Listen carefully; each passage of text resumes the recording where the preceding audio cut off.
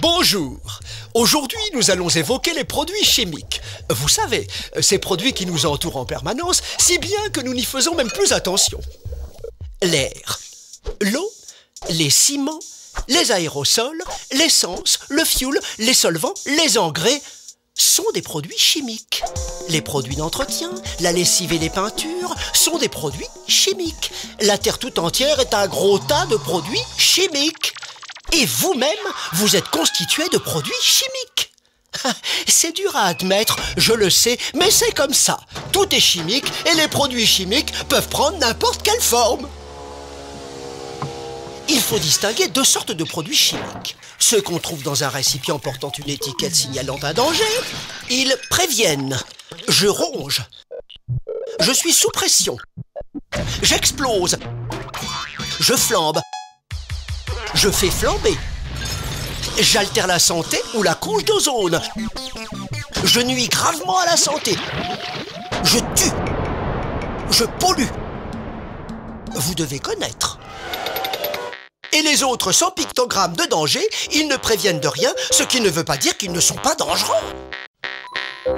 L'étiquette du produit permet de le reconnaître, d'où une première règle.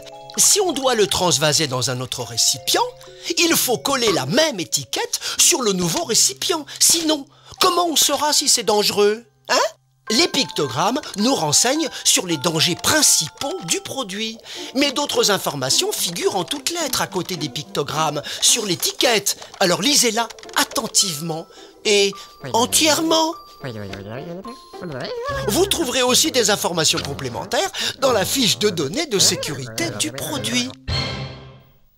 Vous y apprendrez, entre autres, qu'associés à d'autres, certains produits peuvent réagir plus ou moins dangereusement.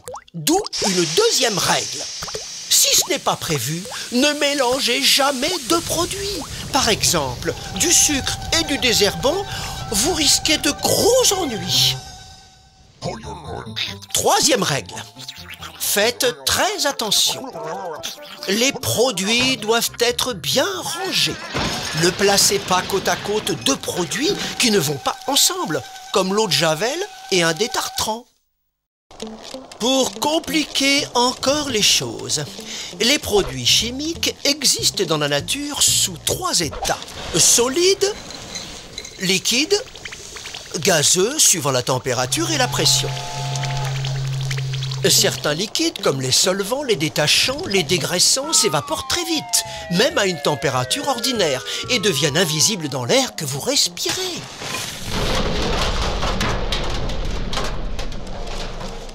N'importe quel produit combustible finement dispersé dans l'air, comme la poussière d'aluminium, la sciure de bois ou même la farine peut exploser et une simple étincelle peut suffire à... Regardez bien ce bidon. Il contient un produit chimique. Bon, si vous n'y touchez pas, il ne se passe strictement rien. On est d'accord. Mais si vous trempez votre main dans le bidon, vous déclenchez aussitôt une réaction qui peut faire très mal, car, rappelez-vous, votre corps est constitué de produits chimiques. Il faut donc absolument éviter que les produits dangereux entrent en contact avec votre corps. On peut entrer en contact avec eux de trois façons. En les avalant, en les respirant, sniff, ou en les touchant. Oui, notre peau est très exposée, tout particulièrement notre main et notre visage. Certains produits très corrosifs produisent au moindre contact de graves brûlures. Mais d'autres produits, surtout ceux qui dissolvent les graisses, arrivent à traverser la peau et sont transportés par le sang dans d'autres régions du corps. Plus stupide, et pourtant de nombreux accidents prouvent que c'est possible, on peut aussi avaler un produit dangereux en buvant à la bouteille. Mais on peut aussi en avaler sans s'en rendre compte. Simplement en fumant une cigarette avec des mains sales. En mangeant un sandwich. Ou même en se rongeant les ongles. Alors méfiance! Moins évident à déceler, dans certaines conditions, il peut également se produire un dégagement de gaz toxiques. Ces gaz, mélangés à l'air que vous respirez, peuvent nuire gravement à votre santé. Certaines poussières, invisibles à l'œil nu, sont tout aussi dangereuses, comme les poussières d'amiante, de talc, de ciment ou de graphite. Ou tout bonnement les poussières de sable ou de bois. Quant aux fumées, ce n'est pas mieux. Enfin, n'oubliez pas que nous avons besoin d'oxygène pour vivre. Donc, dans un espace confiné ou mal ventilé, faites très attention au risque d'asphyxie et n'hésitez pas à aérer. Un produit chimique peut provoquer des dégâts irréparables en quelques secondes. Par exemple, si vous recevez de l'acide dans les yeux, si vous respirez du chlore, à plein poumon, ou si vous avalez de la soude caustique. En règle générale, on évite de s'exposer volontairement à une forte dose. Mais on peut aussi s'empoisonner petit à petit sans s'en apercevoir, en s'exposant régulièrement à de petites doses. Certains individus, plus sensibles que d'autres, font une allergie au moindre contact avec ces produits. Voyons maintenant ce qui se passe à l'intérieur de votre corps.